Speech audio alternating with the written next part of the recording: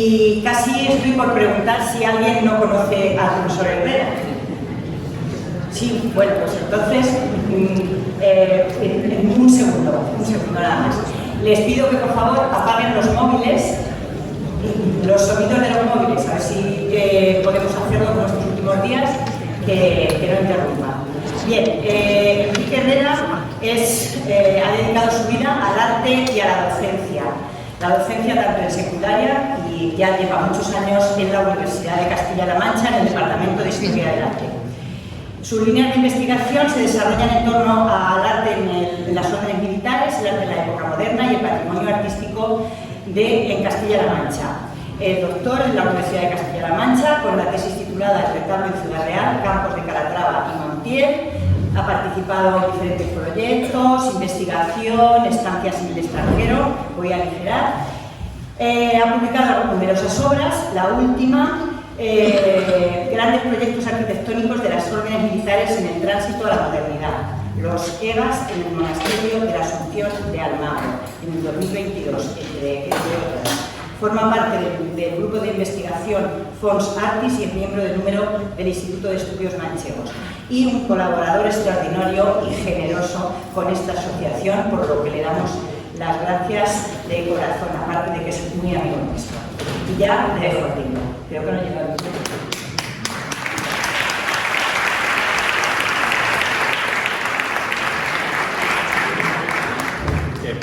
Buenas tardes. Gracias, Beatriz. Te pedí que por favor resumieras, porque no vamos a tener tiempo para desarrollar el tema. Y darle las gracias a todos ustedes que en una noche en donde podían estar tomando unas cañas están aquí. Están aquí para escuchar. ¿Se me oye bien? Sí. Claro. Subes un poco. Sí. ¿Ahora? ¿Ahora bien? Bien, tengo potente voz. Eso lo han sufrido todos mis alumnos, algunos aquí presentes. Y les decía que, en primer lugar, quisiera dar gracias a ustedes por una hora en la que podían estar tomando unas cañas en familia o con los amigos, pues están aquí para escuchar la iconografía del Renacimiento y del Barroco.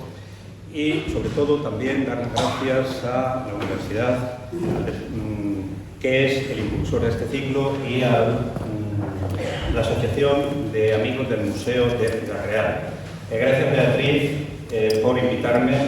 Generalmente recurres de vez en cuando, por lo cual digo que es de agradecer. Y yo creo que sin más preámbulos decirles que para mí fue una osadía realmente el ponerle el título, bueno, aceptar el título que Beatriz dijo. Me dijo la iconografía del Renacimiento del Barroco. Y llevo un mes cuando empecé a preparar la conferencia dije, bueno, esto es imposible.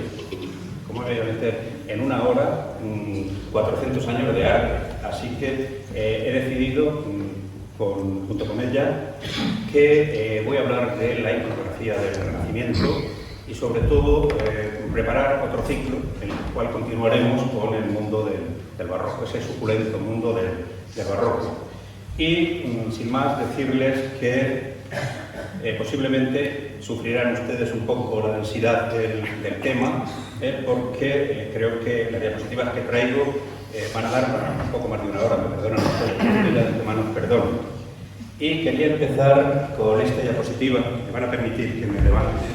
Quería empezar con esta diapositiva, que es de una fotografía de José Manuel Ballester, uno de los grandes fotógrafos actuales, contemporáneos, Espacios Ocultos, de 2010, en donde lo que hace es vaciar de contenido, vaciar de imágenes, los cuadros que hay en el Museo del Prado y en algunas pinacotecas internacionales.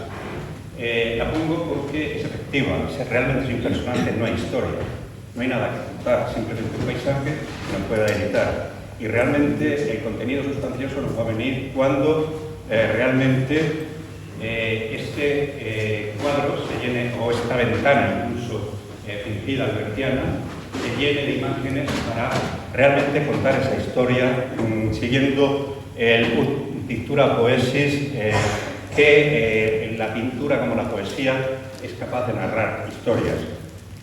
Les voy a seguir un esquema para un poco no desviarme del tema. y ver el mundo del Renacimiento. Ustedes saben que el Renacimiento... ¿Se oye? ¿No se oye? ¿No se ve?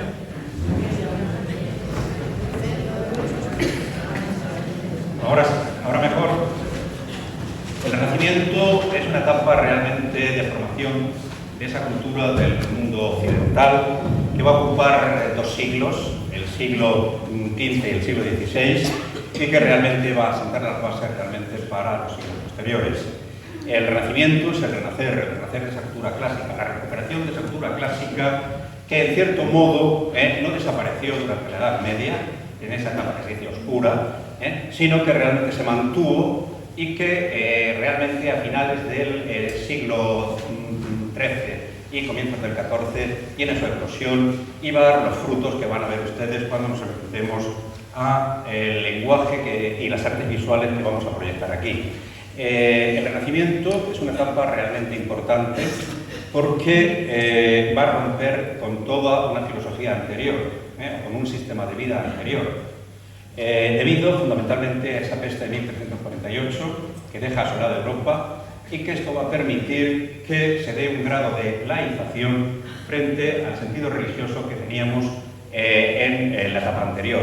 Vamos a ver que esa pirámide feudal, donde todo venía marcado por la idea de Dios, el rey está en lo alto, el papa está en lo alto, la nobleza y los ecos de la gleba, se puede romper. Este esquema social, este esquema se puede romper ya gracias al trabajo del hombre.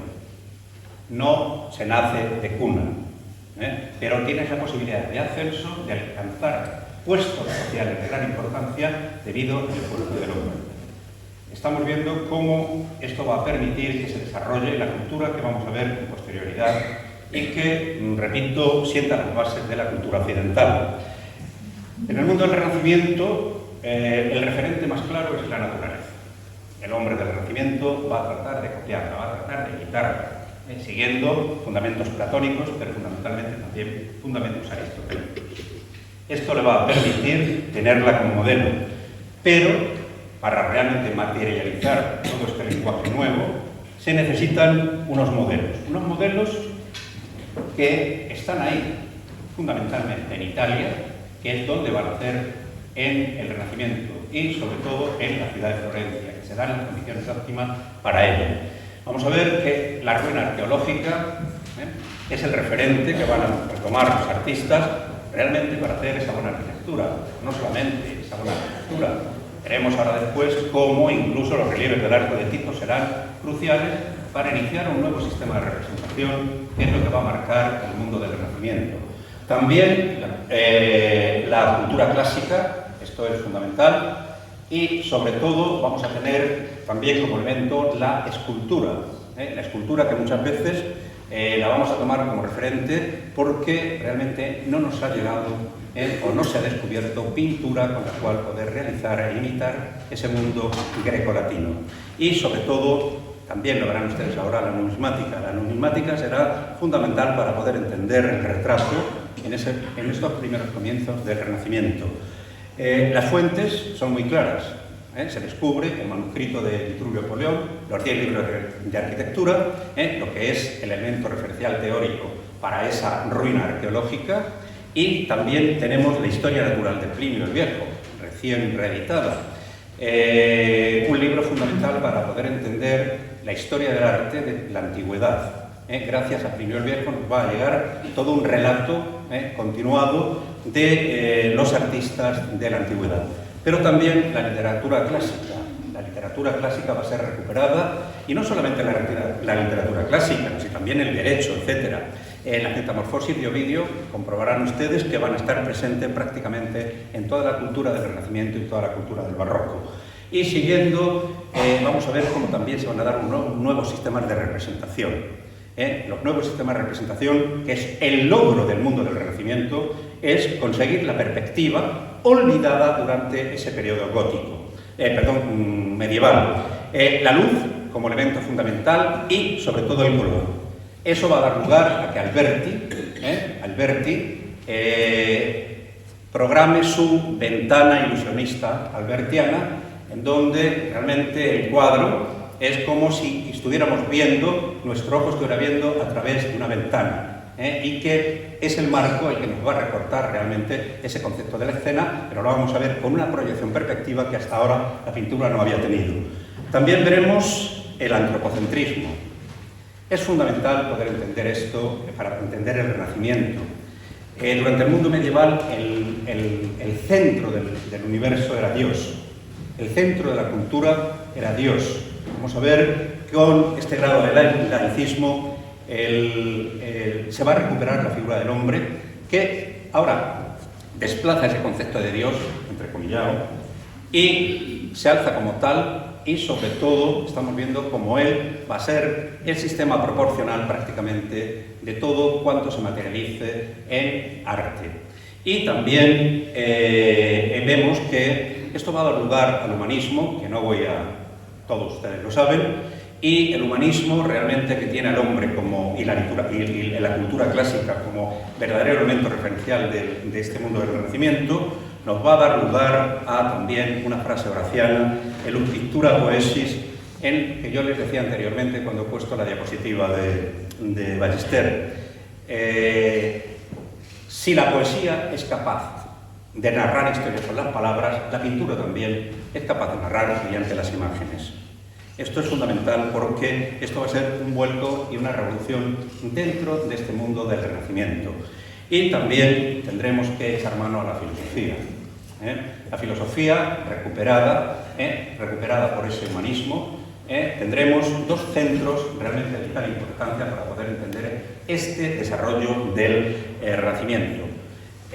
Florencia, en su universidad, se estudiará Platón, el mundo de las ideas de Platón, y será mediante el neoplatonismo de Plotino, pero sobre todo de esos grandes filósofos que están en la corte de Cosme I de Médicis y después con su nieto Lorenzo de Médicis, Marsilio Ficino y Pico de la Mirandola, las que realmente, o los que realmente implanten este sistema filosófico no solamente como sistema de vida, sino también como sistema conceptual. Frente a Venecia, en donde en la Universidad de Padua se opta por Aristóteles, y frente a la idea platónica, en Padua se va a hablar de la Aristóteles, fundamentalmente de la mímesis aristotélica. Vamos a ver cómo, en este sentido, el arte veneciano va a copiar la naturaleza tal como es o tal también como debiera ser. Esto es fundamental para entender los dos polos que va a dar lugar a los debates artísticos que se van a suscitar en la República Italiana.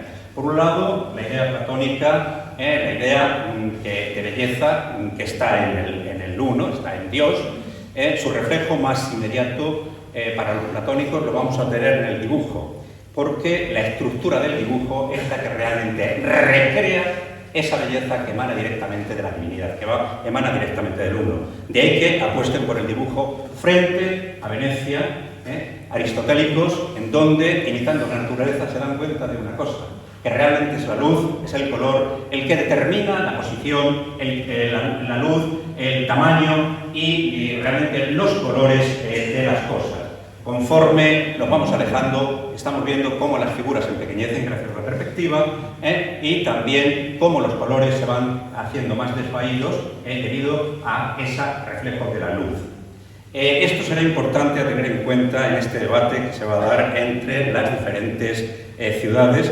Unos optarán por el platonismo y otros por el aristotelismo. Y sobre todo hay una cosa importante, y es que al descubrirse el Tratado de Vitruvio nos damos cuenta de que si anteriormente todo era praxis, todo era empirismo en el mundo medieval aprendido, resulta que ahora, cuando queramos realmente realizar un debate artístico, tenemos como fondo y como sostén la teoría que nos da Vitruvio en sus 10 libros de arquitectura, y esto va a hacer que el artista deje de ser un artista manual, un artesano, para convertirse en un artista tal y como hoy lo entendemos.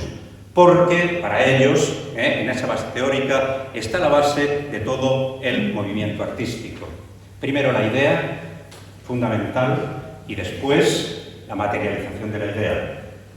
Esto va a hacer que las artes visuales se consideren ahora, al igual que las matemáticas o la arquitectura, como artes liberables. Es un paso decisivo. Y vamos a ver cómo el artista ocupa un papel importante dentro de la sociedad, puede firmar sus obras, pone precio a sus obras, ya no es el gremio, aunque el gremio sigue teniendo también su peso específico, sino que realmente ya con esta liberalidad el hombre consigue, el artista consigue una valoración, llegando incluso al concepto de la fama, como vamos a ver en el gran Leonardo, como vamos a ver también en el gran Miguel Ángel.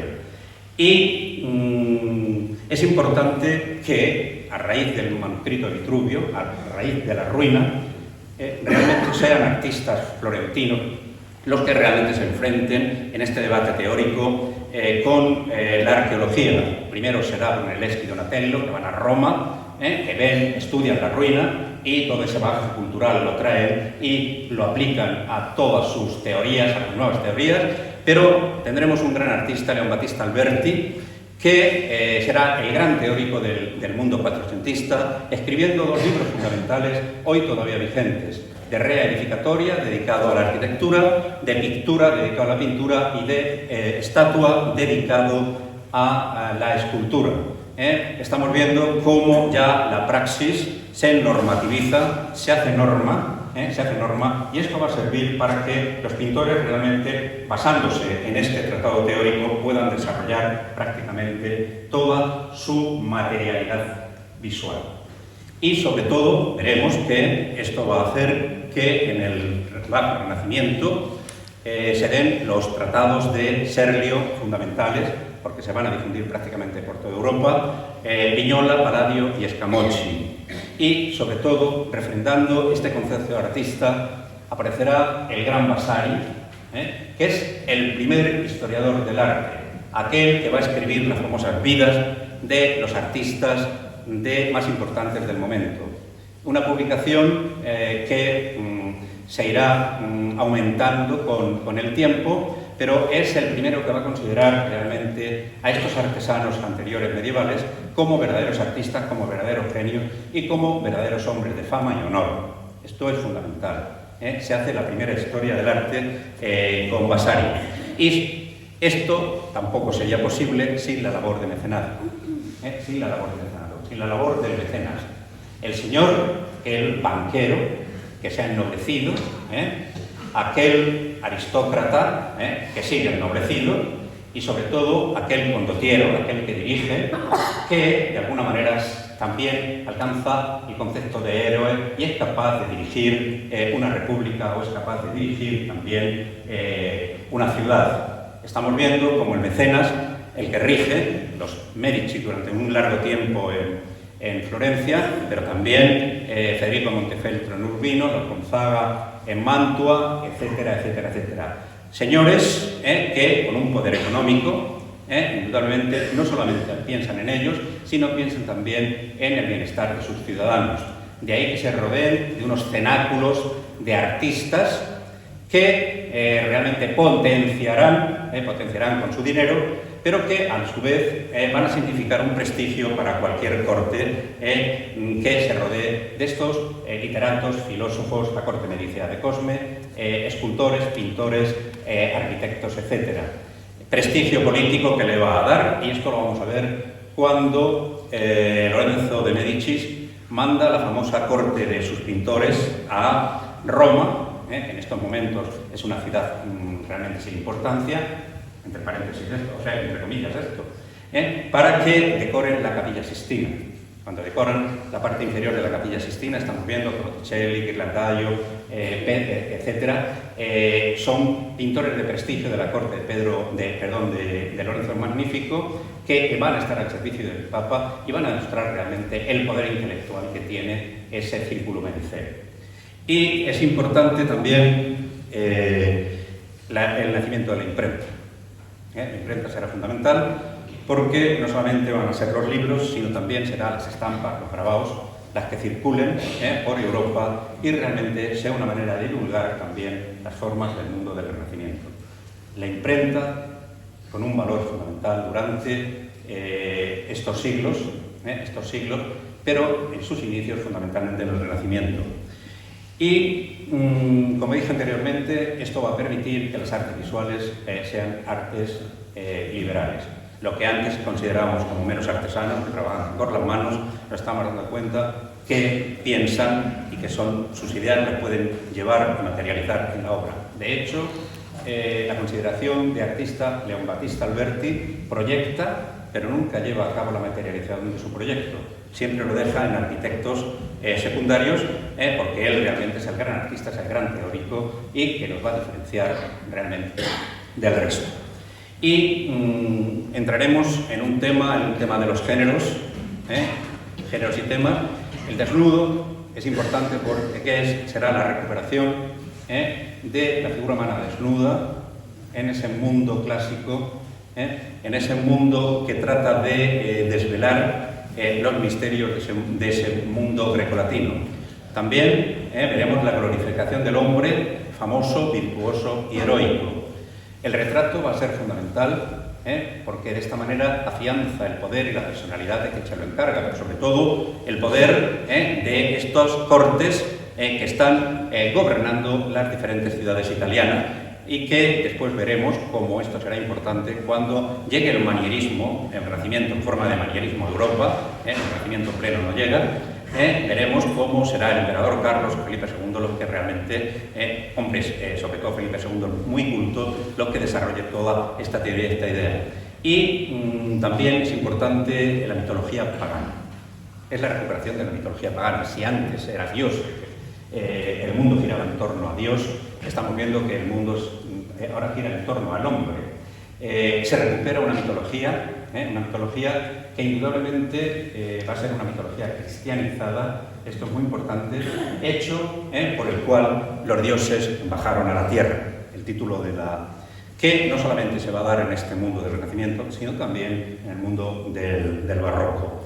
Y el Renacimiento, para ir muy deprisa, es la formación y crisis del modelo clásico.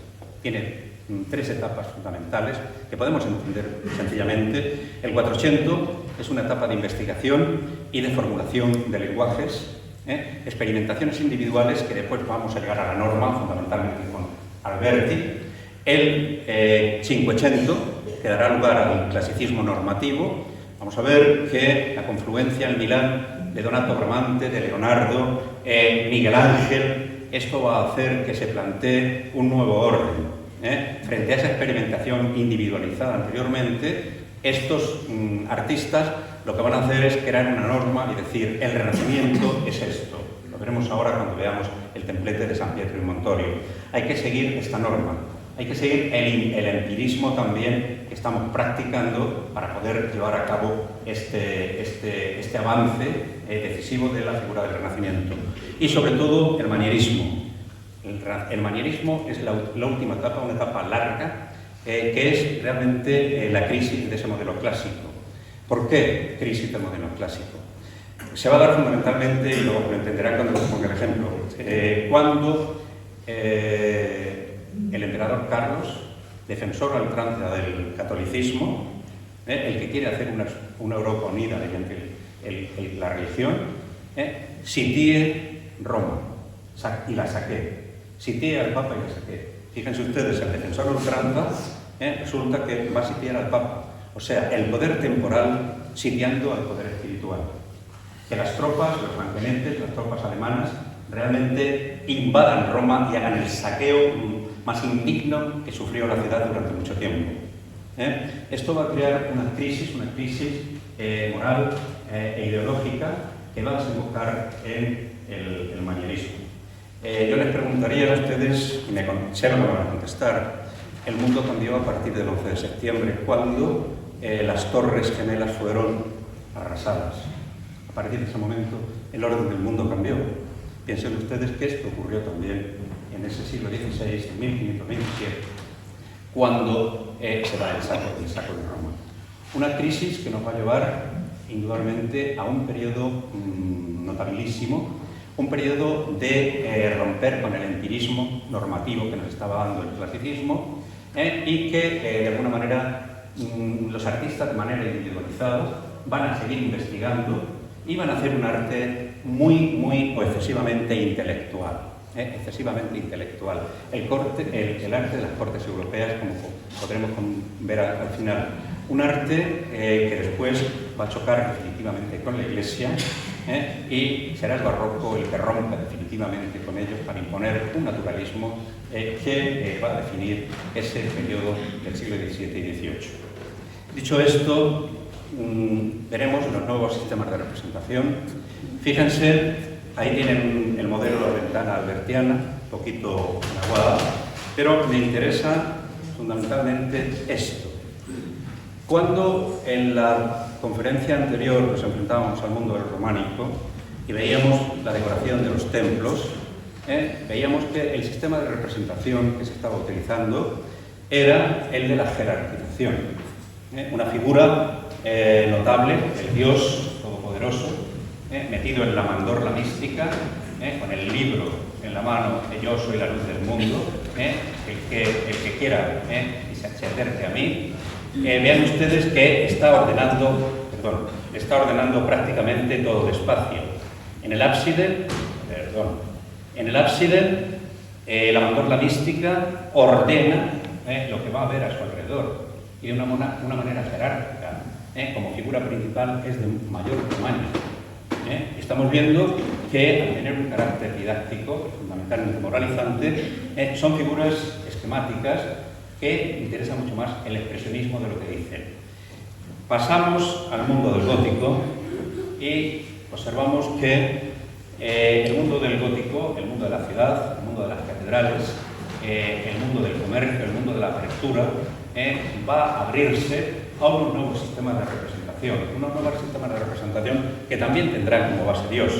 Y estamos viendo que las iglesias o los retablos, que es en este momento cuando nace realmente el retablo, la tabla que está delante, se llenan realmente de figuras, de iconos, en donde en esa pintura ya estamos viendo cómo, a pesar de la jerarquización que estamos viendo, en el centro estamos viendo a la Virgen con el niño rodeada de ángeles de mayor tamaño que el resto de la representación. Y a su alrededor es el retablo de todos los santos en solemne procesión, con ese ritmo isocefálico, las cabezas a la misma altura, como pueden ver, y con un fondo de oro como reflejo de la luz divina.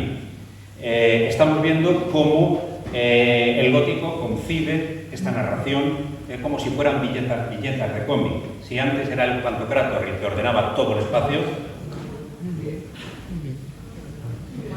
no pasa nada, ¿no? Si era el Pantocrátor el que ordenaba a su alrededor todo el espacio, estamos viendo que ahora los muros se expanden con esas viñetas que nos cuestan y narran la vida de los santos o lo que realmente el artista quiere representar. Y llegamos a un momento clave. El momento clave lo tenemos cuando aparece la figura del Giotto a finales del siglo XIV a finales del siglo XIV, y vemos cómo él, su afán investigador, va a romper un poco con este mundo anterior, anticipándose a lo que serán los sistemas de representación del mundo del Renacimiento. Vean ustedes que sigue manteniendo esas viñetas, esos recuadros, narrando la historia de Jesús, pero si realmente nos enfrentamos a ella, fíjense ustedes lo siguiente: ha desaparecido el oro y ya está la introducción del paisaje. El paisaje con un intento perspectivo, no desarrollado en la perspectiva lineal como lo va a hacer luego Brunelleschi, sino que introduce el paisaje, introduce la gradación de colores. Estamos viendo también algo muy importante frente a la pasividad de esa procesión. Estamos viendo cómo está creando espacio con la superposición de figuras, y hay algo muy interesante en el Giotto, y es que está utilizando ya la luz. Está utilizando ya la luz para realmente crear esa ilusión de la tercera dimensión. Vean ustedes el concepto de luz y sombra que aparece en todos ellos, alcanzando esa volumetría que después lo tendremos perfectamente representado en el mundo del Renacimiento. Y sobre todo, interesante, porque es el que lo va a iniciar, los rostros. frente a rostros inexpresivos, sí, muy naturalistas de ese mundo gótico. Estamos viendo como el Giotto ya nos va a retratar el ethos, nos va a retratar las pasiones del alma. Fíjense el San Juan con los brazos extendidos llorando tras la muerte de Cristo. Es la representación psicológica de los diferentes personajes, que lo veremos luego después en ese mundo del Renacimiento. Y cuando Brunelleschi va a Roma, se da cuenta de que realmente hay un nuevo sistema de representaciones en el mundo romano, donde lo nota cuando se enfrenta a la columna trajana y cuando se enfrenta al magnífico arco de Tito. Vean ustedes que en esa procesión, en ese triunfo, en donde Tito lleva a Roma las joyas más importantes de ese mundo judío que él ha conquistado, ha destruido su templo y trae el candelabro de los siete brazos, también el arca de la alianza. Él se da cuenta de que en ese ritmo procesional estamos viendo cómo las figuras se van desvaneciendo conforme se van alejando del espectador. O sea, hay un efecto perspectivo que va a tratar de imitar, va a tratar de conseguir lo mismo que ha visto su efecto también perspectivo en la columna trajana. Y esto va a dar lugar a que cuando llega a Florencia y se plantea el concepto de la perspectiva, él inicia lo que denominamos como perspectiva lineal. El cono óptico con un punto de fuga, y en ese cono óptico es donde se van a situar los objetos y realmente las figuras según la distancia que haya desde el objeto a nuestro ojo. Hizo dos tablillas, estas son las dos tablillas esquemáticas, con los puntos de fuga de esa perspectiva lineal. En una el Baptisterio de San Juan, el Baptisterio de Florencia, y en el otro el Palacio de la Señoría. Pero realmente donde se inicia esto es de 1440, cuando ya él era toda la teoría sobre esa perspectiva lineal, esa perspectiva fugada.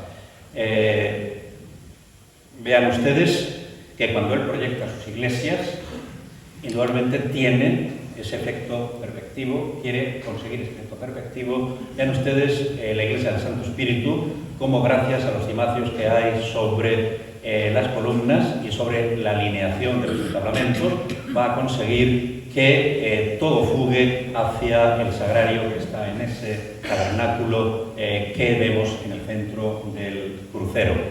Estamos observando también una cosa muy importante. Veíamos cómo en el mundo gótico, el gótico trata de recuperar y reinterpretar simbólicamente la Jerusalén en la tierra, la Jerusalén celeste en la tierra. De ahí que la catedral, con ese variado colorido de los vitrales, realmente simboliza la Jerusalén celeste frente al mundo renacentista, como ven ustedes, en donde la luz tiene un claro sentido platónico. No es luz que pasa por un vitral y crea el efecto multicolor de esa Jerusalén celestial, sino realmente es una luz del sol que emana directamente del uno y llega con esa teoría del conocimiento hacia los fieles. Es luz blanca que invade los espacios, creando ese espacio camino hacia lo que sería el altar mayor. Y sobre todo, como decía Alberti, fíjense ustedes que ya las ventanas no llegan hasta el suelo, como hemos visto, por ejemplo, en el Chapelle de París, sino que son ventanas altas para no distraer al fiel con lo terreno, sino elevarlo hacia la figura de Dios. Y veíamos que en el mundo del románico, en el mundo del gótico, las portadas, las fachadas eran las Biblias en piedra. No sabían leer, no sabían escribir, y la imagen era el único referente iconográfico que podían tener para hacer una buena lectura y grata lectura de los edificios y de todo el mensaje que había en ellos. Estamos viendo cómo fundamentalmente Alberti lo que va a hacer es intentar recuperar ese mundo clásico con unos buenos estudios, los estudios de matemáticas y geometría. Paolo Toscanelli y forman parte de estos círculos mediceos. Estamos viendo cómo ya Alberti lo único que está haciendo son grandes fachadas telón en la iglesia de Santa María Novella o en San Andrés de Mantua. Fachadas telón en donde está aplicando la geometría y la matemática. Como ven ustedes, compone mediante círculos, cuadrados y triángulos, que va a repetir también en San Andrés de Mantua, pero vean ustedes que lo que hace es crear unos grandes espacios urbanos unas grandes fachadas telón que realmente nos remontan a Florencia o a estas ciudades como la Nueva Roma. Vean ustedes Andrés de Mantua, es realmente un referente del arco de Tito y con las 4 pilastras que configuran la iglesia es un templo realmente clásico. Solo vamos a observar ejemplos en donde realmente la iconografía forma parte de ese vocabulario en las portadas. Es la iglesia de San Petronio de Bolonia, en donde estas pilastras que ustedes ven que las flanquean, con unos relieves de Jacobo de la Quercia, realmente importantísimos, realmente nos van a emitir ese mensaje que va a ser leído por el fiel al penetrar en sus interiores. Es la Biblia en piedra, pero estamos viendo lo siguiente, cómo realmente en esos magníficos relieves, en donde a Jacobo de la Quercia aquí no le interesa la perspectiva, sino le interesa fundamentalmente la recuperación de un elemento clave, que es la recuperación del desnudo, la recuperación del cuerpo humano, siguiendo los modelos clásicos. El Renacimiento no solamente va a imitar, tenemos luego el Miguel Ángel, sino que las pretensiones de los artistas en esta recuperación de ese mundo clásico es superarlo. Imitarlo, pero superarlo. Estamos viendo ese pecado original de Jacobo de la Quercia, en donde podemos ver cómo tanto el cuerpo de Eva como el cuerpo de Adán realmente están tratados con ese ritmo matemático y geometrizante que hemos visto también en la cultura del mundo grecolatino. Y la luz. La luz será fundamental para este nuevo sistema de representación. La luz como ente. La luz con un valor en sí mismo. El que realmente nos va a llevar a esa consecución va a ser Piero de la Francesca. Lo vamos a ver cuando veamos los grandes ciclos iconográficos. Él escribe un texto teórico espectacular, es un hombre muy formado, es monje, domina la arquitectura, domina la escultura, domina la pintura, domina la matemática y domina también la literatura. Es un hombre polifacético, como van a ser fundamentalmente aquellos hombres también del Cinquecento, Leonardo, Miguel Ángel, etc. Y vean ustedes lo siguiente en ese sistema de representación. En ese sistema de representación, en el sueño de Constantino, estamos viendo que realmente lo que interesa son las 4 líneas que configuran la forma de la tienda donde está durmiendo Constantino. Y fíjense ustedes también que lo que realmente va a crear espacio, perspectivo, va a crear la profundidad, va a crear la tercera dimensión, es la luz. La luz que va a matizar el color, ese rojo de lo alto de la tienda, que va desde el fogonazo rosa hasta el rojo intenso. O vean ustedes el palo que sostiene la tienda, que realmente podemos ver esa volumetría perfecta en el mismo. Y sobre todo es importante que tengamos en cuenta también el concepto del parangón. Los escultores decían que eran mejores porque ellos trabajaban la tercera dimensión y los artistas decían que son capaces de, en 2 dimensiones, realizar la tercera. De ahí que vean ustedes que aquellos que están guardando el sueño de Constantino, uno está de espaldas y otro está de frente. O sea, está marcando la tercera dimensión, como luego veremos realmente en otros grandes proyectos visuales de este mundo del Renacimiento. La luz como elemento determinante en este sistema de representación. Y llegamos a un momento clave,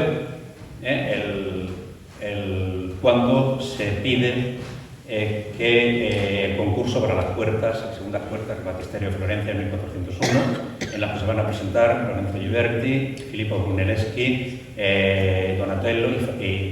Jacobo de la Quercia. Estaban muy mediatizados porque se les dio un medallón parecido al de las primeras puertas que habían hecho a los pisanos. Y fíjense que esa estructura gotizante tiene que desarrollar el tema del sacrificio de Isaac. Vean ustedes como ya hay un intento de crear esa perspectiva, aunque no se consigue, todavía estamos con resquicios goticistas, pero sí la narración en el espacio, sí Brunelleschi, que hace la de la izquierda, estamos viendo que está mucho mejor resuelta desde el punto de vista de la lectura, sin embargo la de Lorenzo Ghiberti, que es la que gana, estamos viendo como es un intento de recuperar ese mundo antiguo con ese impresionante desnudo de de Isaac, que realmente nos está recordando cómo ha sabido Ghiberti realmente retomar esa anatomía desnuda del mundo grecolatino. Y en estos experimentos dije que este 400 es pura experimentación personal, hasta llegar a la norma. Tenemos un momento clave, el gran Donatello va a superar a todos. La pila bautismal de Siena se le encarga a varios escultores. Él va a hacer este magnífico relieve, el festín de Herodes, cuando le pide Salomé la cabeza del Bautista. Vean ustedes que el Donatello ha sido capaz, también en Roma ha sido capaz de representar, fíjense, toda esa acción en un carácter narrativo, en donde estamos viendo cómo el verdugo le presenta la cabeza de San Juan Bautista a Herodes. Y estamos viendo cómo hay un concepto perspectivo realmente, y de ese relieve marcadísimo de esos primeros planos, estamos viendo cómo realmente la historia se va desvaneciendo hacia el final para dar la aplicación de esa perspectiva lineal, ese debate que se está dando en Florencia y que realmente va a ser fundamental para poder superar esto, el sentido de la perspectiva. Y esta será la base para la que luego Ghiberti realmente planifique las magníficas puertas del paraíso, las terceras puertas de la Catedral del Baptisterio de Florencia, en donde estamos viendo cómo, dividido en paneles cuadrados de 60 por 60, va a narrar las historias, pero siempre teniendo en cuenta el relieve de Donatello, va a aplicar la perfecta perspectiva en cada uno de los relieves que componen esas puertas, introduciendo también los desnudos, como están viendo, e incluso retratos de personajes y de profetas.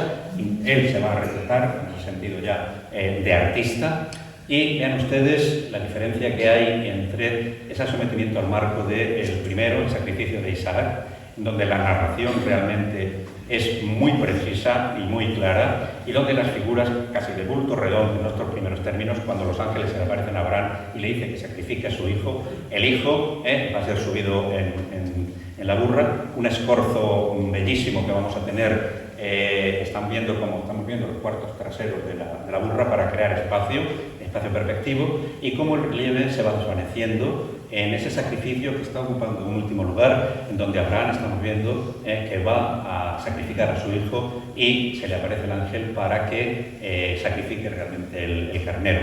Estamos viendo efectos perspectivos que indudablemente los va a superar también, un relieve muy delicado, realmente bellísimo, y que va a superar cuando veamos la historia de Jacob, Esaú y José, en donde fíjense que ese primer plano realmente es como una especie de friso de las Panateneas, las figuras en movimiento, incluso con un sentido ciertamente helicoidal, un volumen realmente fuerte y tenso, y cómo las arquitecturas van desvaneciéndose, el relieve va desvaneciéndose, incluso a ese final. Es una pena, no sé si esto... A ver, fíjense ahí, no se ve bien, ese es el problema que tenemos con los láser en la pantalla, como al fondo se ve Esaú, aquí, como al fondo, fíjense, toda la historia, la bendición, al fondo se ve Esaú, que se larga, que ha vendido su primogenitura por un plato de lentejas, mientras que José está siendo bendecido. Y sobre todo es un poco de relato teatral, para el hermano era muy velludo, y para que el padre ciego no sienta que es el hijo, le ponen una piel de cabra. Realmente esto ya es una consecución definitiva de lo que sería esa perspectiva lineal. Y el debate en Florencia está en torno a esta figura, en torno a la perspectiva. Está en torno a la Trinidad de Masaccio, en donde estamos viendo que el sistema de composición, realmente el hombre como elemento referencial del mismo, lo vamos a ver ahora en el sistema, el espectador, el esa diapositiva, el ojo del espectador, y el espectador es el que va a medir y es el que va realmente a marcar todo el sentido de profundidad de la misma, y vemos cómo Masaccio, que estaba en este debate, nos va a introducir una especie de arco triunfal en donde en su interior percepcionado alberga la figura de la Virgen de San Juan, los donantes en primer plano, la figura de Cristo crucificado y el Padre, y en la parte inferior ven ustedes esa vanita de esa especie de féretro con el cuerpo del difunto. El sentido compositivo, lo están viendo ahí, ya sea el sistema de proporciones, un sistema matemático, un sistema geométrico, todo construido a base de cuadrados, círculos, el hombre vitruviano que veremos luego en Leonardo, cómo medía todas las cosas, y los puntos de fuga perfectamente trabajados. Y fíjense ustedes, si hacemos realmente la tercera dimensión en la pintura, estamos viendo cómo el ojo del espectador está marcando lo que sería el altar en primer plano, los donantes, la figura de la Virgen de San Juan, estamos viendo la figura del Cristo crucificado y la del Padre. Realmente esto ya es un logro definitivo en estos sistemas de representaciones nuevos. Y la flagelación de Cristo, aquí ya es la síntesis de todo, de Piero della Francesca, nos está aplicando la geometría, la matemática y sobre todo un número, la raíz de 2, que es el cuadro que es el número, que va a proporcionar prácticamente toda esta estructura. En ustedes los puntos de fuga de estas figuras y sobre todo las arquitecturas y los suelos que nos van a marcar esa profundidad gracias al estudio geométrico y matemática del mismo. Y también en estos experimentos individuales está la figura de Paolo Uccello, esa preocupación por el sentido de la perspectiva, que la va a llevar a cabo en la famosa batalla de San Romano, en donde las tropas de Nicolás de Tolentino suelen vencer a las tropas sienesas.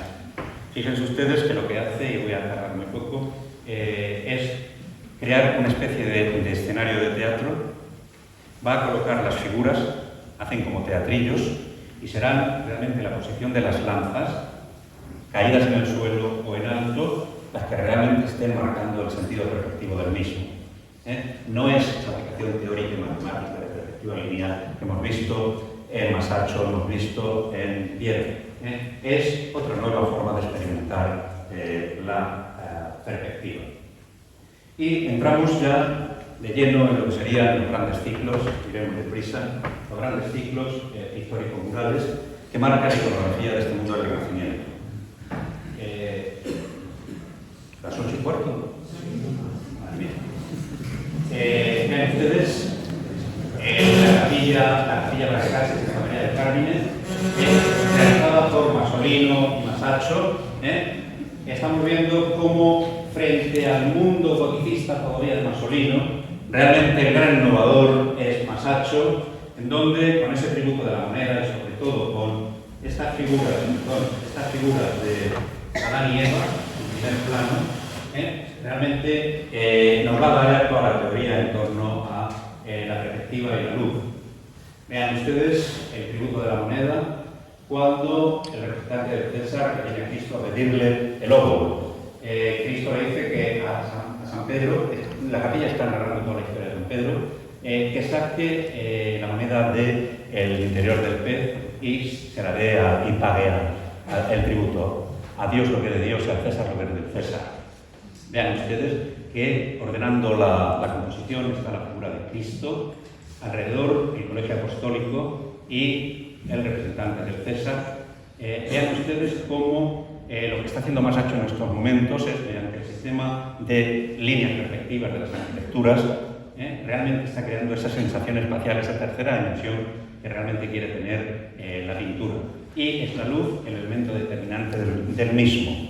Vean ustedes aquí esas zonas de luz y zonas de sombra las que están creando la verdadera dimensión y la recuperación de elementos clásicos.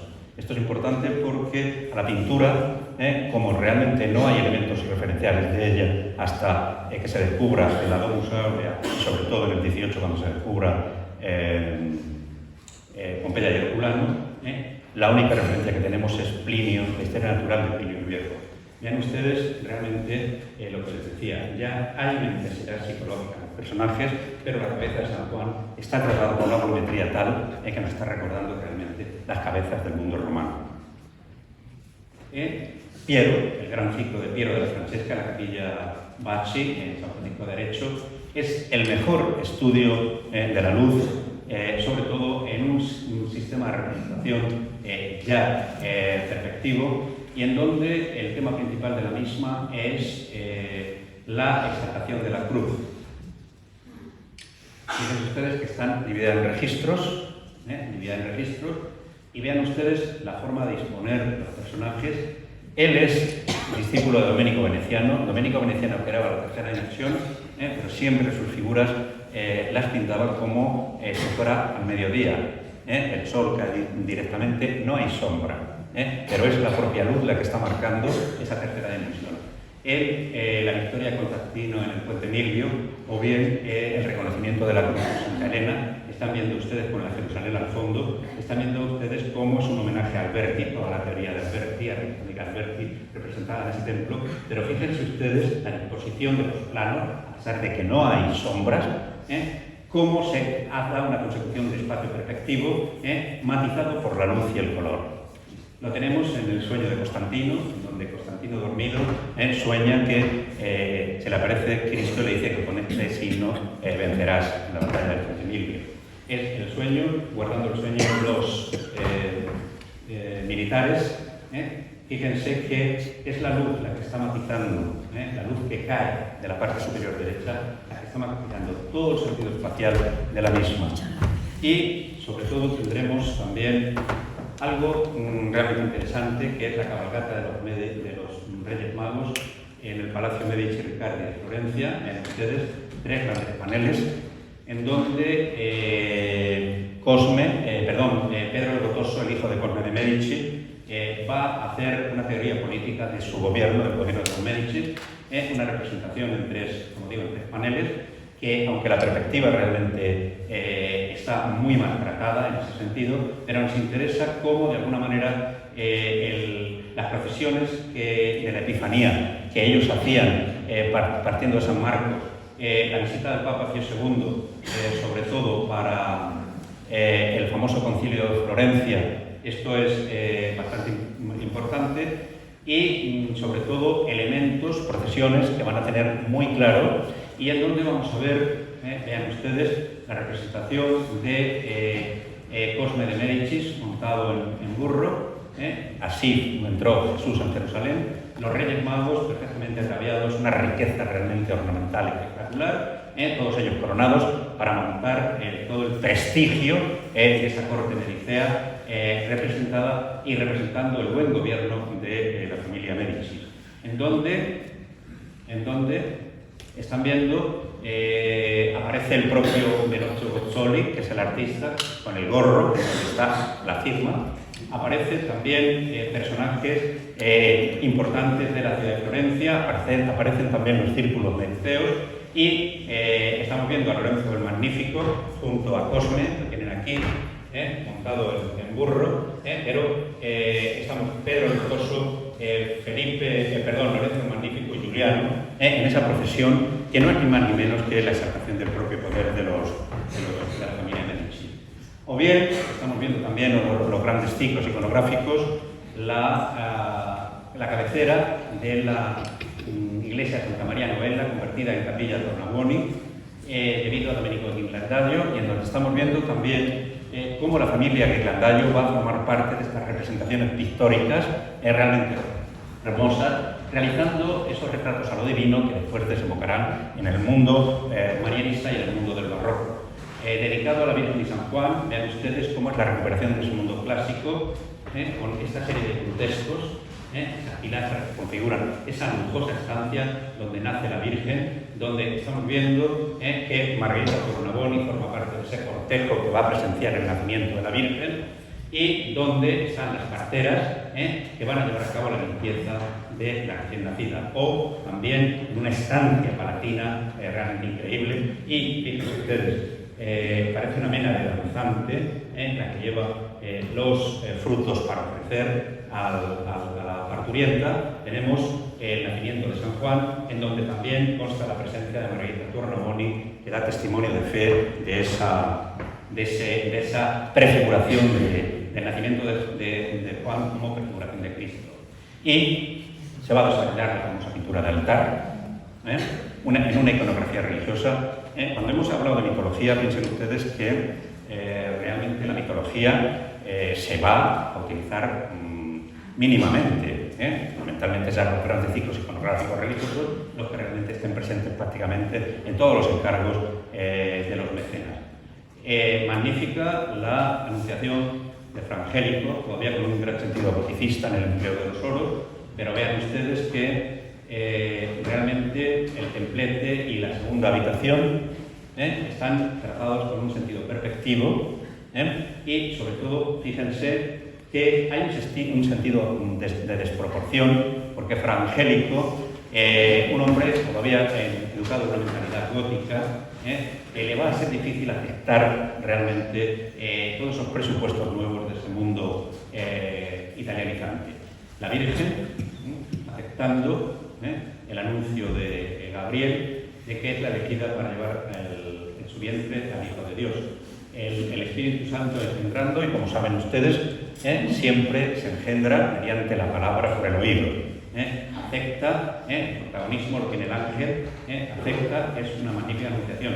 Pero fíjense como también con un carácter narrativo y en un lugar paradisíaco, donde está insertándose magnífico templete, lo que está introduciendo es la nueva Eva, que gracias a ella se llevará a cabo el proceso de redención de ese pecado original, en donde estamos viendo en ese vergel florido Adán y Eva que son expulsados del paraíso. Y también un sistema nuevo de representación que es la Sacra Conversación. Es donde la Virgen, en un primer plano y con un cierto sentido de jerarquización, está rodeada de ángeles santos, como si se tratara de una sacra conversación silenciosa. Tenemos la Palabra en donde estamos viendo realmente los donantes, los santos alrededor de ella, con un sentido todavía jerarquizante y que va a ser superado por Piero della Francesca en la Palabrera, en donde estamos viendo toda la teoría de Alberti, está perfectamente explicada en la arquitectura, y en donde sobre la concha sabanera aparece un huevo que es el símbolo de la resurrección. Y la Virgen, de mayores proporciones, sostiene al Hijo que lleva el collar de coral como símbolo de redención, y fíjense que ante él está Federico Montefeltro, el militar, que lleva con creces el casco, está arrodillado ante la Madonna, y que de alguna manera está creando unas líneas ya artificiosas entre el paralelismo del niño que casi se cae y su espada. Y está rodeado de San Juan, de San Francisco, de santos, en esa sagrada conversación religiosa, y que realmente ya va a marcar también mediante la luz, fíjese, ese estudio magnífico de luces, va a marcar esa consecución que realmente se está investigando en ese mundo del 480. El desnudo es uno de los grandes intentos de consecución del mundo cuatrocentista y del mundo del Renacimiento. Tenemos el pecado original de Masaccio, de la capilla anterior, en donde estamos viendo hay una recuperación del cuerpo con un sentido naturalista, pero estamos viendo cómo todavía hay unos resquicios totalmente goticistas que van a ser superados por Masaccio en esa expulsión de Adán y Eva, en donde podemos observar esos cuerpos realmente retomados de la escultura como referente, unos cuerpos realmente en desnudo que nos está remontando ese mundo clásico, y que vean ustedes que también les interesa esa expresión psicológica de los personajes ante esa expulsión del estado edénico, el llanto de Eva y sobre todo la vergüenza de Adán, que realmente ahora van a tener que ganar el pan con el sudor de su frente. Vean ustedes que es la luz el elemento que matiza realmente toda la pintura y todas las figuras. Y ese gran Donatello, realmente cuando se le encarga este magnífico David, vuelve a retomar la fundición de la cera perdida, es muy importante. Recursos, técnicas clásicas que son recuperadas en este mundo del 480, y en donde el desnudo de David, un joven David, impúber, como pueden observar, realmente una posición totalmente chulesca, acaba de cortar la cabeza a Goliat, que yace a sus pies, como pueden observar. Vean ustedes que es importantísimo el hecho de cómo Donatello casi supera ese estudio anatómico que hemos visto en el mundo grecolatino. Y es muy importante lo siguiente, vean ustedes el carácter chulesco del bravo, de seguridad del joven. Va tocado con el sombrero florentino. Pero lo que más interesa es cómo realmente Donatello, la construcción de este cuerpo, será la luz y el pulimento el que matice las zonas que realmente a él le siguen interesando. Y llegamos al David de Verrocchio, que vestido, lo pongo porque vean ustedes cómo realmente el vestido se ajusta al cuerpo, dejando marcar la anatomía. Es un joven en donde estamos viendo ya ese sentido refinado de esa segunda parte del 400 y joven que también ha realizado el corte de la cabeza de Goliat. Fíjense ustedes cómo tiene esa pose el brazo, la mano en la cadera, con una dote casi femenina, pero que lo hacen realmente de una gran ilusión. Y después, Antonio de Pollaiuolo, en esta figura de Hércules y Anteo, lo que intenta es no solamente recuperar las diferentes expresiones del mundo escultórico y del desnudo, sino interesa también el concepto del vacío entre los personajes, algo que después retomará Oteiza o Chillida en el mundo actual. Y representa al héroe mítico Hércules matando en uno de sus 12 trabajos al gigante Anteo, que como hijo de la tierra la única forma que tiene de morir es elevándolo de la misma, y así muere. Y otro de los temas iconográficos realmente de interés es la glorificación del hombre famoso, virtuoso y heroico. El hombre por sí mismo puede alcanzar la fama, sin ser de cuna. Veamos cómo a los artistas se le van a considerar como hombres de fama, y ahí la representación de Dante. Fíjense ustedes también la representación de un condottiero que con sus victorias ha llevado al triunfo de la ciudad, o Andrea del Castaño, todos ellos, Nicolás de Tolentino, en esta estatua ecuestre que después será retomada por el mundo de Donatello y Verrocchio. Importante porque se está creando la ilusión, los escorzos. Vean ustedes que aparece la tercera dimensión en ese pie que sobresale del marco, la figura se recorta mediante la luz y estamos viendo cómo son construcciones que realmente nos van a llevar a lo que luego será el mundo del barroco. Y el condottiero en la escultura, la recuperación de un tema muy clásico, teniendo como base la figura de Marco Aurelio, en el Capitolio, hoy en los museos capitolinos, en la estatua de Marco Aurelio, tomando como referente, van a hacer los grandes monumentos ecuestres del condottiero Gattamelata y el condottiero Coleoni del Verrocchio. Dos esculturas realmente impresionantes que van a marcar el concepto del héroe, el concepto de la fama, el concepto de la victoria, pero también no solamente el héroe guerrero, sino el hombre virtuoso que es capaz de llevar con esas victorias a la paz y a la abundancia a las ciudades.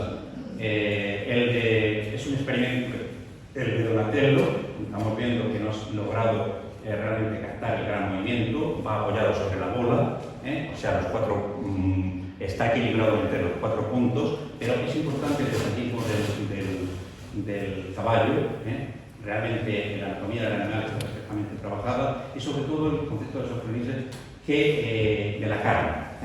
Es el gran hombre heroico, pero que es el hombre paciente, templado, que es capaz de coger las riendas del caballo como si fueran también las riendas del propio gobierno.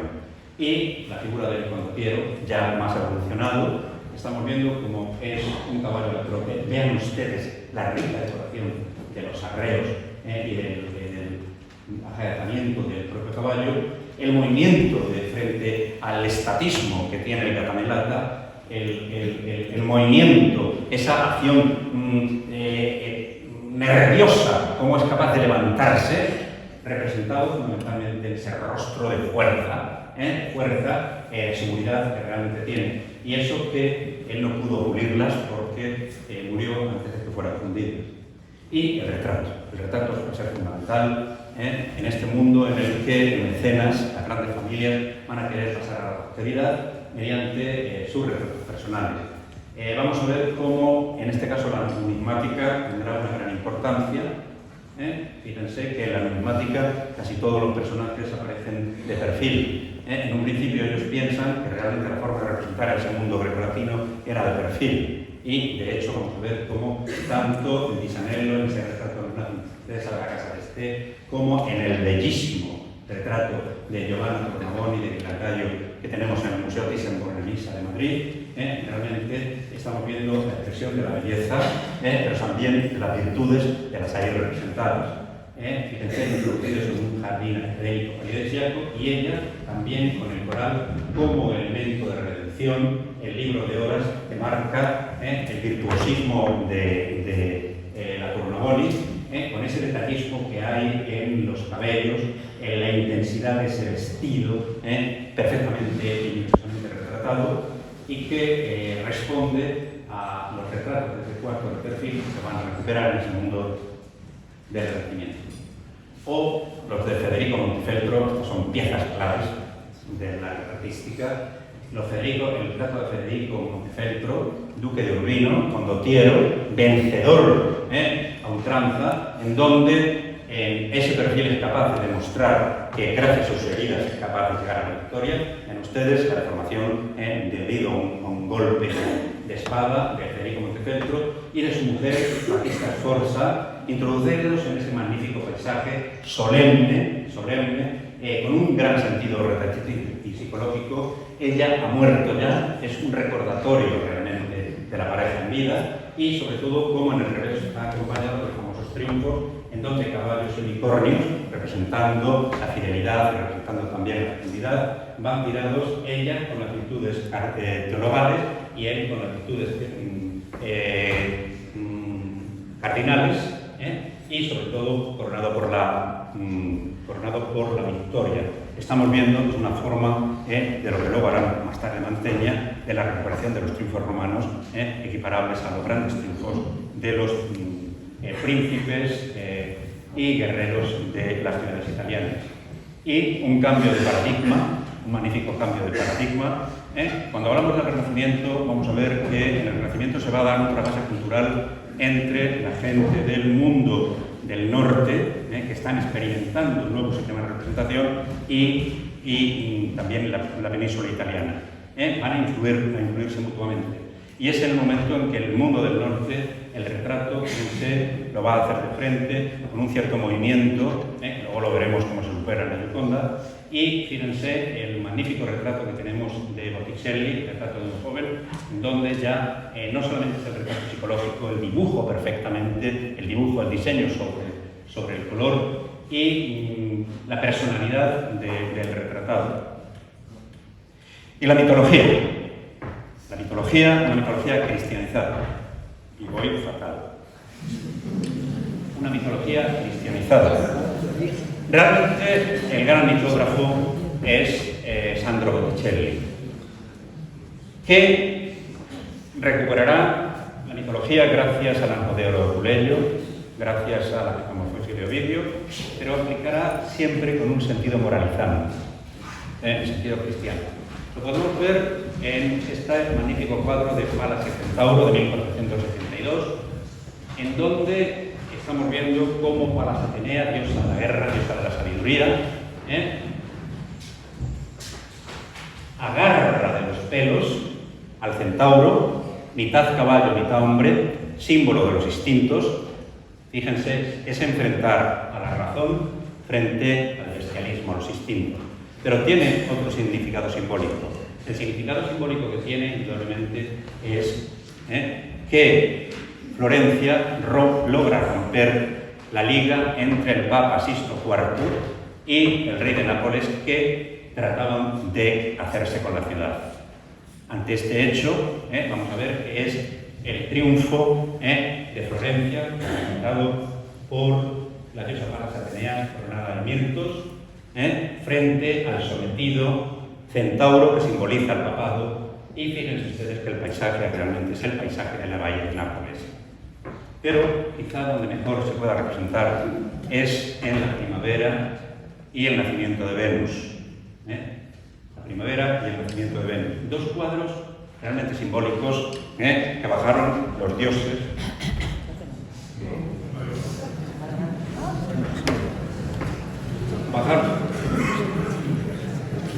Dos cuadros que hicieron bajar los dioses del cielo a la tierra. Por favor, son encargados a Botticelli por Lorenzo el Magnífico como regalo de bodas a su primo Lorenzo de Piero Francesco, que va a contraer matrimonio. Y van a estar en la antecámara nupcial. Es un cuadro realmente moralizante, dedicado al nuevo matrimonio, en donde estamos viendo en el centro la figura de Venus, diosa de la belleza, diosa también de la lujuria, por otro lado.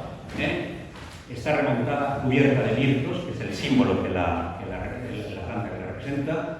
Vemos a su hijo Cupido lanzando las flechas, y a la izquierda nos va a representar a Céfiro, el viento, que va a intentar poseer a la ninfa Cloris, desnuda, cubierta por esa impresionante gasa con esas veladuras, que la ninfa se va a convertir en Venus primavera. Y en el lado izquierdo tenemos a las tres gracias, Castitas, Voluptas y Pulcritud, y a Mercurio, que en ese paisaje en donde hay más de 200 plantas representadas, con el caduceo trata de abrir un hueco en el bosque para hablarnos e indicarnos hacia el cielo. Es la representación muy clara del amor profano, el amor carnal, representado por Céfiro y Cloris, lo están viendo, matizado y juzgado por el mundo de Venus, y la castidad, representada por las tres gracias, que en definitiva marcan el amor sagrado, que nos llevan al conocimiento. Y gracias a Mercurio, como enviado de los dioses, que con su caduceo hace un hueco en el bosque para elevarnos hacia el conocimiento supremo que es Dios. Una clara lección moralizante ante el nuevo matrimonio, el amor sagrado y el amor profano. O el nacimiento de Venus, con una misma simbología. Venus, salida del semen de Urano cuando se castra, nace del mar en una concha que el viento la acerca a la orilla. En el centro, bellísima, perfectamente dibujada, con esos cabellos que tapa el pubis, Venus púdica, y estamos viendo como el amor carnal, Céfiro y Cloris, con su aliento van haciendo que la concha, como carro de Venus, llegue a la Tierra, y en donde aparecerá Flora, primavera, que va a cubrir su desnudez con el manto. Son temas tomados del banquete de Platón, muy interesante, temas tomados del banquete de Platón, y en donde observamos que existe lo que no existe Panofsky, pero también Marsilio Ficino. Existen dos conceptos de Venus. La Venus vulgaris, aquella que incita a los hombres al amor, a la lujuria, y el concepto de la Venus coelis. La Venus desnuda en toda su belleza, que realmente nos acerca hacia la idea fundamental que es la unión con Dios. Es un poco ese discurso que hay entre también el amor sagrado y el amor profano, la elección para el nuevo matrimonio. Y llegamos al Cinquecento, en donde tenemos el famoso templete de San Pietro in Montorio, de Bramante, construido por el primer oro que llega de América, por los reyes católicos, que es el paradigma de lo que sería la normativa empírica de la nueva arquitectura. Esto es el Renacimiento. Esto es el Renacimiento. Y esto nos va a llevar a que Leonardo, realmente el el gran investigador, el gran científico, realice todas sus teorías en torno a una serie de obras paradigmáticas, tanto del tema religioso como del tema mitológico. La Virgen de las Rocas, que la va a realizar en Milán, donde estamos viendo que introduce la Virgen, el niño, San Juanito y el ángel, en un fondo rocoso que nos está recordando la gruta platónica, ese mundo de las ideas, ese mundo de la belleza platónica, ese paisaje brumoso, con esa técnica de fumato, con esa belleza de esos óvalos perfectamente recortados, y donde hay un discurso dialéctico de las manos. Fíjense que la Virgen enlaza con la figura del ángel, el ángel con el niño, señalando a San Juan, que en definitiva es la prefiguración, la primera prefiguración de Jesús. Y de tema religioso y experimental, la magnífica cena de Santa María de las Gracias, del Refectorio de Santa María de las Gracias, en donde va a introducir todo el efecto perspectivo, pero quizá lo más interesante del cuadro es cómo ya Leonardo impone un modelo iconográfico de la cena apostólica en torno a una mesa rectangular, el sentido perspectivo recortado sobre las puertas y en grupos de 3 perfectamente ordenados. El colegio apostólico hablan entre sí. Y es importante porque, si ustedes se dan cuenta, frente a esa belleza ideal que estamos viendo en la Virgen de las Rocas, realmente hay un intento retratístico, un intento individualizador y psicológico de cada uno de los personajes que realmente está componiendo esa magnífica pintura. Y también toca el tema de la mitología, los dioses en la tierra. Estamos viendo Leda y el cisne. Leda y el cisne.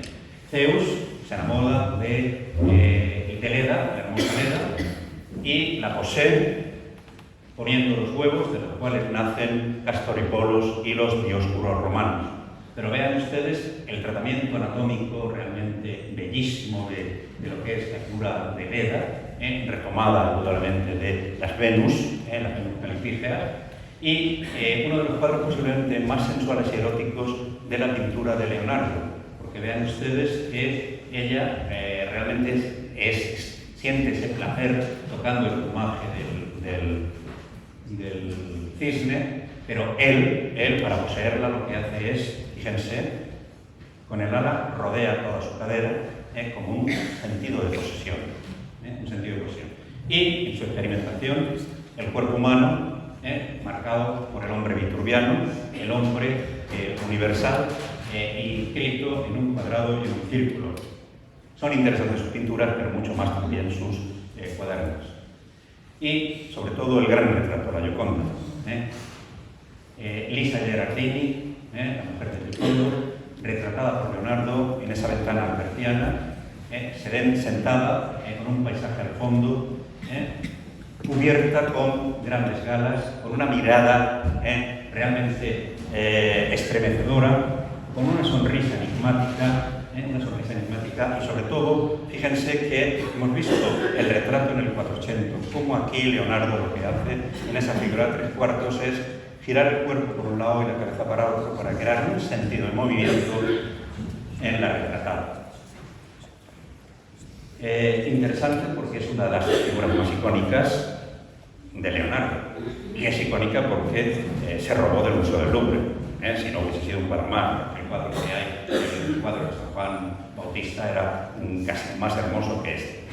Y la experimentación de Leonardo, fíjense el detallismo de la misma, esa sonrisa inflamada, esa técnica de fumato que vemos también en los paisajes, y un japonés que ha ido especular por la misma, ha hecho un estudio que publicó en la Academia de Arte, en donde si nosotros giramos el cuadro 90 grados, realmente la comisura de los labios y la comisura de los labios, yo lo hice y lo experimenté, es el torso de un joven desnudo. Es un poco, siguiendo a Freud, marcaría el sentido de homosexualidad en Leonardo. Y el experimento, ese fondo de paisaje, esa bruma, ese fumato, con dos perspectivas totalmente diferentes. Dos perspectivas totalmente diferentes. Rafael Sanzio, la Escuela de Atenas, un tema filosófico, en donde en esas magníficas arquitecturas clásicas, nos está recordando la Basílica del Tempio, vemos a Platón y Aristóteles como base de la filosofía griega, rodeados de los sabios del momento. y en donde está retratándose Leonardo, el propio Rafael, lo tenemos aquí, Leonardo, Rafael, estamos viendo también Miguel Ángel, etcétera, etcétera, etcétera. Un tema nuevo, lo veremos también en La Bella Jardinera, el tema de la religión, como la Madonna con la Virgen de San Juan, inscrita en un idílico e idealizado paisaje. Fíjense la serenidad, la belleza, la composición totalmente triangular, equilibrada de Rafael y de ese clasicismo normativo que marca este Cinquecento o este clasicismo. Una belleza inusitada y que de alguna manera la va a volver a representar en la Fornarina, en la panadera, amante durante mucho tiempo del joven Miguel Ángel, del joven Rafael, en donde vuelve a retomar el concepto del desnudo. Fíjense, una belleza ciertamente idealizada, recortada sobre un fondo negro, pero con ese realmente sentido de la luz, esa belleza sensible que va a marcar el clasicismo de Rafael. O la mitología, el triunfo de Galatea en la Villa Farnesina, en donde estamos viendo a la Nereida Galatea, están viendo, va tirada en la concha, en el perro de la concha de los delfines, semidesnuda, con un manto de rojo veneciano espectacular, que va a representar realmente el amor sagrado. Fíjense que ante el amor profano de centauros y nereidas que tiene a su alrededor, ella mira hacia arriba, hacia Dios, amor sagrado frente a amor profano, a pesar de que Cupido está lanzando sus flechas para tratar de enloquecerla y hacer que pierda ese concepto de castidad. También muy moralizante. Y Tiziano. La pintura veneciana, el color, en donde estamos viendo, crea imágenes directas. Esto ya está preconizando lo que será lo barroco, porque indudablemente está retomando a Erasmo en ese nuevo concepto de la devotio moderna. La devotio moderna que predica Erasmo es que las imágenes deben ser directas, fáciles de entender, lo que luego hará el barroco, y que realmente estimulen a la piedad al que se sienta frente a ella. Este magnífico escelomo del Museo Nacional del Prado, pintado sobre pizarra, realmente no lo dice, el color veneciano, la luz, el sentimiento, porque Venecia también apuesta por la luz y el sentimiento, frente a esa idealización que hemos visto en ese mundo florentino. O el retrato, que va a imponer el retrato de corte con el emperador Carlos, con el perro, pero quizá a mí lo que más me interesa es las pinturas, poesías que va a mandar a Felipe II. 6 cuadros que mandará 2 a 2 y que van a estar sentados en el gabinete personal de Felipe II. Son temas mitológicos que se envían a Felipe II con una idea muy clara. Una idea muy clara. El disfrute. El disfrute ante la belleza. De ahí que sea el que coge tema realmente en donde aparezca el desnudo. El de arriba, que es la primera que manda, y después Venus y Adonis. Fíjense que también se va a dar el concepto del parangón. Tiziano es capaz, mediante estos 2 cuadros, de mostrarnos que la pintura en 2 dimensiones es superior a la pintura en 3, porque puede llegar a la perfección y con la volumetría necesaria el cuerpo de la mujer desnudo de frente y el cuerpo de la mujer desnudo detrás. Y es el momento en que Danae es poseída por Zeus mediante lluvia de oro y la vieja, los 2 conceptos, fíjense, el deleite, el placer del cuerpo femenino, y la vieja, el contraste con la vieja que trata, usurera, que trata de recoger las monedas en las que se ha convertido Zeus para penetrar en Danae. O bien este magnífico cuadro en donde Venus, al amante de Adonis, el bellísimo Adonis, posiblemente han yacido juntos, el hijo está Cupido, está dormido, todos los elementos de guerra están colgados en los árboles, ella de espaldas, para mostrar ese paragón, trata de contener a Adonis que se va a cazar. Ella siente que ese será su fatal momento. Y en efecto, Adonis se va a cazar, un jabalí lo hiere y muere. Y ella viene de ese viaje a Nápoles y de la sangre nace la anémona. Pero aquí lo que hay que ver no es un sentido moralizante, sino indudablemente un sentido de placer, de sensación placentera ante la belleza. O Sísifo y Ticio, las furias, que tuvimos oportunidad de verlas en el Museo del Prado. Es un encargo de María de Hungría, gobernadora de los Países Bajos y hermana del emperador Carlos, para su palacio de Vinches, en Bélgica. El salón, la gran sala del palacio de Vinches. Son dos cuadros, aquí sí, dos cuadros moralizantes. Son los dos personajes que uno desobediente es condenado por Zeus a subir eternamente la piedra hacia el monte que luego rodará. Y Ticio, por haber intentado seducir a la ninfa Leto, va a ser condenado a que un águila muerda su hígado, lugar que para los griegos era donde residía la lujuria. Pica, abre, cierra y se vuelve a abrir eternamente. Es la condena por los pecados cometidos. Es una clara lección de todo aquel que asistía a las recepciones en el palacio de Vinches, todo aquel que se logre rebelar contra el emperador, los príncipes alemanes, la clara lección de María de Hungría.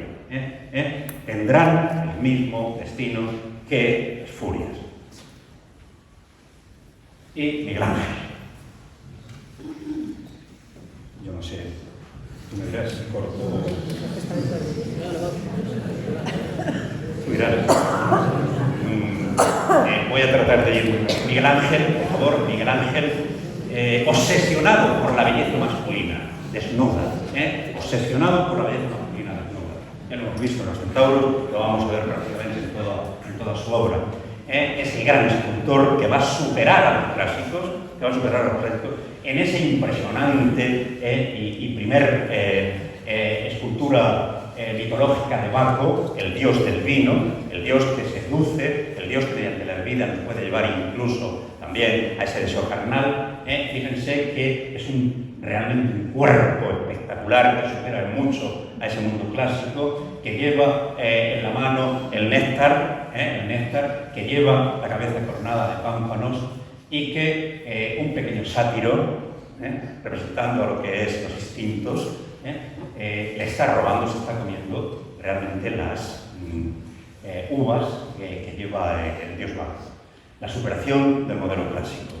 Pero llegamos a la gran escultura del David. Un bloque desechado por cabeza intervenado por Bertoldo y que el Gonfalonieri de Florencia le encarga una escultura que iba a ser coronada o rematada en el campanile de la Catedral de Florencia. Esculpe este magnífico David. David realmente en un momento clave. Un desnudo realmente espectacular, una figura de vuelto redonda para ser vista y, sobre todo, fíjense, una anatomía perfecta, a pesar de algunos defectos que para alguien quiere entender. Por ejemplo, la excesiva apertura de las piernas. Fíjense ustedes que era el lugar del bloque, aquí era donde había sido intervenida por un escultor anterior. Salva el bloque, hace la magnífica representación de David, ya un poco entradito en años, ya un poco no es el niño, que va a representar y es el vencedor y el salvador del pueblo de Israel. Fíjense que es en el momento clave en donde podemos intuir la figura de Goliat, pero se siente, se palpa. Es en el momento en el que David, el joven David, está estudiando psicológicamente cómo atacar al gigante para llevar a buen fin su muerte. Y vean la magnífica técnica del trépano en esa impresionante cabeza, y que al final no se sube al campanile, sino que mediante un concurso en donde estaba Leonardo se decide colocarlo en el Palacio de la Señoría de Florencia, que estuvo hasta el siglo XIX como representante de la gran victoria de la República, el ex republicano, sobre el mundo de los Médicis. Y sobre todo sobre la tiranía de Savonarola, intentando crear una teocracia en la Florencia del momento. Y Las Piedades, obra de juventud, equilibrada, bella, equilibrada, bella, con esa composición triangular, con el quinto se atreve a poner su nombre, y sobre todo, fíjense que él, que sabía la Divina Comedia de memoria, es capaz de tomar como referente la Divina Comedia para representar a la Virgen. En el pasaje del Paraíso le dice: madre, hija de tu hijo. Madre, hija de tu hijo. Y ahí la Virgen aparezca mucho más joven que el propio Jesús. Serente, ensimismada, indudablemente en esa introspección porque sabe el futuro. Sabe el futuro. Está lamentando la muerte de su hijo, un tema alemán del siglo XV que pasa a Europa muy prontamente. Y vean ustedes los rodajes realmente espectaculares, una composición maravillosa en donde se refuerza esa mano caída, tantas veces copiada por los escultores, y esa curvatura paralela a la misma. Después, la evolución hacia la Piedad de Santa María de las Flores. No le gustó porque el mármol estaba muy y destrozó, ha sido restaurado, pero sobre todo como Miguel Ángel es capaz de llevar a la abstracción y de romper ese equilibrio en un momento que nos lleva hacia el manierismo. Fíjense esa composición tan triangular que aparece en ambas. Aquí se convierte en una verticalidad famosa, en donde la figura de Cristo, sostenida por la Virgen y con el concepto del non finito, realmente nos lleva al paroxismo de la belleza. Y en Moisés, la tumba de Julio II, en donde los esclavos, en sus diferentes posiciones, él decía que la escultura era como la mayéutica socrática, como la partera. Había que esperar para que las formas fueran saliendo del propio bloque marmóreo. Ahí tienen ustedes los esclavos, con ese concepto de serpentinata, sentido helicoidal, ese concepto no finito, pero la fuerza del Moisés, la fuerza del Moisés, con las tablas de la ley, sedente, en donde, vean ustedes, la fuerza expresada en la musculatura de Moisés, del profeta, ese gesto de fiereza psicológica, esa barba y los cuernos, mirando hacia otro, no hacia el altar, en el último momento de la tumba de Julio II, posiblemente por esa desviación heterodoxa que tiene junto con su amiga Victoria Colonna. No mira directamente a la Sagrada Forma, sino que le da la vuelta. Aquí se ha escrito mucho. ¿Por qué esa deriva de esa belleza clásica de la piedad frente al movimiento, a la fuerza, a la expresión psicológica? Es porque en 1506 se descubre el Laoconte en una villa cercana a Roma. Y el Laoconte es el paradigma de lo que es la cultura helenística y la cultura psicológica. Cuando vemos el Laoconte que realmente está en un movimiento doloroso, mordido por sus serpientes y por los hijos, que eleva su rostro a Dios, con la boca desencajada, con un grito, no es un grito de dolor, es un grito de dolor psicológico, porque ve que con su muerte y la de sus hijos desaparece su estirpe de la faz de la tierra. La escultura es el concepto del fatos, del destino. Estamos viendo perfectamente representado en el Moisés. Y el gran mundo de la Capilla Sixtina, el Génesis, relatado, pero un mundo también pagano, un mundo de gigantes. Y si hermosos son los temas del Génesis, hermosas son también los profetas y sibilas, pero los innudi, ese culto al cuerpo, innudis que se revuelven ante la nueva religión judio-cristiana, que es el cristianismo. Esto es muy importante. Y el gran juicio final. Estamos llegando al final. Les he dicho que me plantearon el Renacimiento del Barroco, que os hubiese tenido aquí como Angélica Líder, una representación teatral de 6 horas, con un cierto descanso, pero me hubiese convertido en Angélica Núñez, la gran, bueno, y el juicio, el juicio, como remate de esa Capilla Sixtina, es el gran inicio del manierismo, a la manera de Rafael, a la manera de Miguel Ángel, la maniera.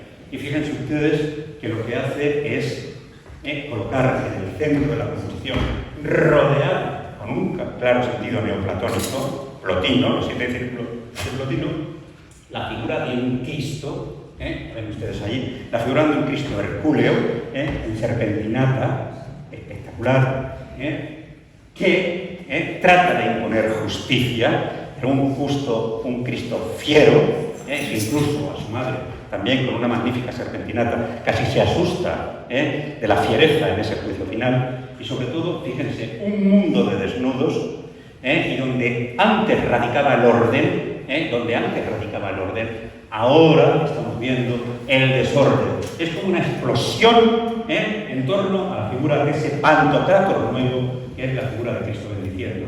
Y tenemos los santos que gozan de la presencia divina frente a los que gozan de los que son condenados a los infiernos. Caronte, su peor enemigo convertido en el rey Midas, aquí, en el rey Midas, y sobre todo fíjense ustedes que frente a ese equilibrio es realmente el desorden, es el anticlasicismo, la antibelleza que hemos visto en las composiciones anteriores.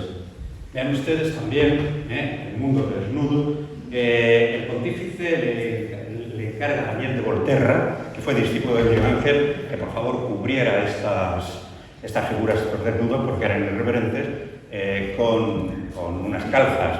A partir de entonces a Daniel de Volterra le llamaron el braguetón, porque le puso calzoncillos a todo el mundo.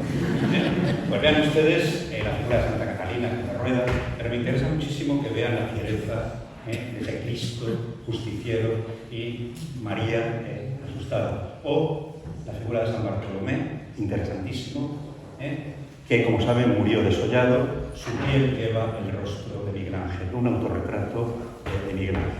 Y esto va a dar lugar, como modelo a esa crisis del manierismo que tenemos, y se expresa, como lo pueden ver, en la Cámara de los Gigantes del Palacio de Mantua, una obra espectacular, merece un viaje y una conferencia, solo esto, en donde Giulio Romano es capaz, fíjense, de romper con lo anterior, el manierismo rompe con el empirismo anterior, convirtiéndose en un movimiento anticlásico, antivitruviano, antibello, un movimiento intelectual individualizado que va a dar lugar a ese manierismo de las cortes europeas, y en donde el padre Zeus, fíjense, es el paradigma de la nueva cultura.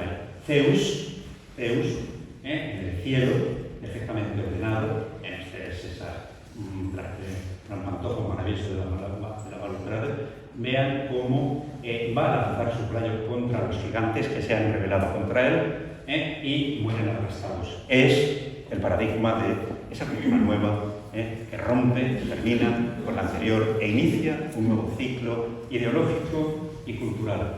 O la Madonna del cuello largo, siempre la pongo del Parmigianino, en donde vean ustedes, si ella se pusiera de pie, rompería el techo de la desproporción. Vean ustedes la desproporción.